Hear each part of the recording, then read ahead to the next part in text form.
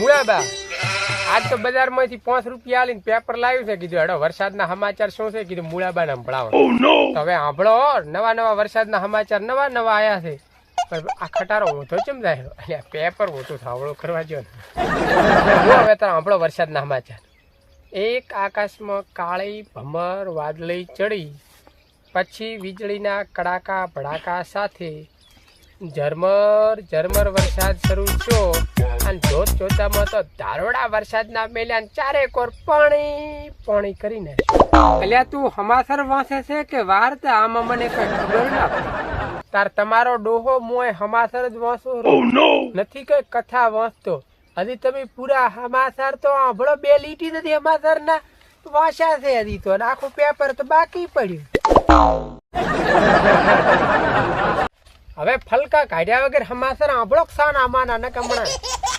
જો ઉગમણો અને આથમણો ભયંકર વરસાદ પડતો, એટલે કે 1 કલાકમાં 7.5 ઇંચ વરસાદ પડતો. ચારે કોર પાણી ભરાય. આ ડફોળ ઘણો વરસાદ પડે ને તો અહીંયા પાણી જ ભરાય, અહીંયા કઈ મેળો ના ભરાય. મેળા વાળી હવે હમાસર સાંભળો. ભારે વરસાદને કારણે નીચાણવાળા વિસ્તારમાં પાણી ભરાણ્યા. હા તું તો ગઢ અને હમાસર વાળા મૂળજે ગઢ.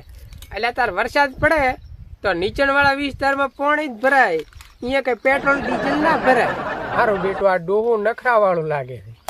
ભારે વરસાદને કારણે નદી 2 કાંઠે વહી, એટલે કે નદીમાં પૂર આવતા ઘણા ગામોમાં પાણી ફરી વળતા કાળા કૂકો.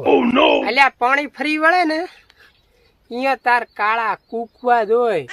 અહીંયા કઈ લગન ગીત અને ડિસ્કો દાંડિયા ના હોય. આ ડોહાને હમણાં તો 2 બરાબરની અડબોથા મેલી ને તો પોતે હમણાં વગર ઢોલે ડિસ્કો કરે એમ છે. પણ હવે આ ડોહા જેવું કોણ થાય? ચોમાસાના પહેલા વરસાદમાં પુલ ધરાશય થતો બંને સાઈડ, એટલે કે રોડની બંને સાઈડ વાહનોની લાંબી લાઈનો લાગી. એટલે ઈ પહેલા વરસાદમાં પલ એટલે કે આ પુલ ચેમ તૂટી ગયો છે હું તને કહું. એમાં છે ને મારા બેટા આ કંટ્રાટી આવે ને એની સિમેન્ટ કૂડો વાપર્યો છે, અને એ કંટ્રાટીની બધા ભેળા મળી અને પુલના પૈસા છે ને ઘરમાં વાપર્યા પ્રાય છે, એટલે કે ખાઈ જાય છે. એટલે પુલ તૂટી ગયો ને. પુલ તૂટે નહીં ને કે તો પલ કેવા મજબૂત હોય છે. અને બીજું કે તે કીધું ને કે પલ તૂટ્યો એટલે આમ સાધનોની એટલે કે લાંબી 2 સાઈડ લાઈન લાગી. હવે તો નાના છોકરાને ખબર છે તારી સાધન વધી ગયો છે, એટલે એ તો 2 સાઈડ સાધનોની લાઈન લાગે. કોક થાય તો એ લાઈન લાગે. મુળાબા તમે તારના મારા સમાચારની મસ્કરી કરો હરાના. હવે હું તમને એક તો સમાચાર સંભળાવું અને તમે આવી ઠઠાક મસ્કરી કરો થોડી ચાલે. હવે સાંભળો, તમારા જેવા જ સમાચાર આવ્યા એટલે કે તમને લાગુ પડે એવા. ગ્રામ્ય લખેલું હોય. ગ્રામ્ય વિસ્તારમાં સારો વાવણી લાયક વરસાદ થતા ખેડૂતોએ વાવણી શરૂ કરી. લે હવે આ તો હવે નાના છોકરાને ખબર પડે. વરસાદ થાય ને તો ખેડૂતો ખેતરમાં વાવણી જ શરૂ કરે. અહીંયા કઈ જમણવારના પ્રોગ્રામ શરૂ ના કરે. હવે સારો સમાચાર આપણો આગળ. નાનકડો પાણીનો ડેમ ભરાઈ જતા એના દરવાજા અચાનક ના ખુલતો ડેમ તૂટી ગયો. અહીંયા તાર ચોમાસામાં ડેમ જ તૂટે, કઈ દરિયા ના તૂટે.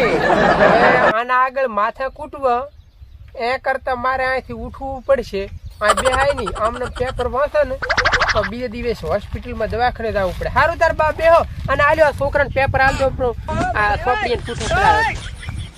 સારું લે તાર ભૂરા હેડવું છે એમ ને તારે તો સારું આમને આવતો રહેજે અને મને આ પેપરના સમાચાર સંભળાવતો રહેજે શું દુનિયામાં ચાલે થઈ. મોએ પેપર વાંચત પણ અમે ભણ્યા નહીં. ભણવા જતા પણ અહીંયા પછી સલેટા છૂટી ઉછળી અને બારી આવીને બીડીના ઠોઠા પીતા હતા. એમાં એમાં કઈ ભણ્યા નહીં. હવે બેઠા ફોટા તો તું ઓહો સોનિયા ગાંધી, ઇન્દિરા ગાંધી, નરેન્દ્ર મોદી બધા નેતાઓના ફોટા છે. નેતાઓના ઓહો હેલિકોપ્ટરનો ફોટો. રોજના ફોટા આમાં. એટલે તમે છો આમાં છો.